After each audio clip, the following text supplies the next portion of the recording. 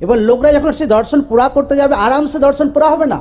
কোনো কোনো টাইমে শয়তান প্রবলেম আনবে, কোনো কোনো টাইমে লোকরা ভাই পেছু থেকে টান মারবে, আরামসে কোনোদিন দর্শন পুরা হবে না। হালেলুয়া।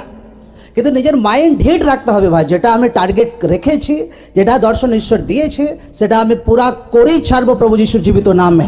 এইটা হচ্ছে মেন বিষয়, এইটা হচ্ছে মেন বিষয়। নয়তো লোকরা একটুতেই দুঃখী হয়ে যায়, একটু বাধা এলেই লোকরা একটুতেই চিন্তায় পড়ে যায়, লোকরা একটু প্রবলেম এলে একটুতেই দুঃখী, লোকরা ভাবে যাওয়া কীভাবে আগে বাড়বো, নিরাশা আসা স্বাভাবিক।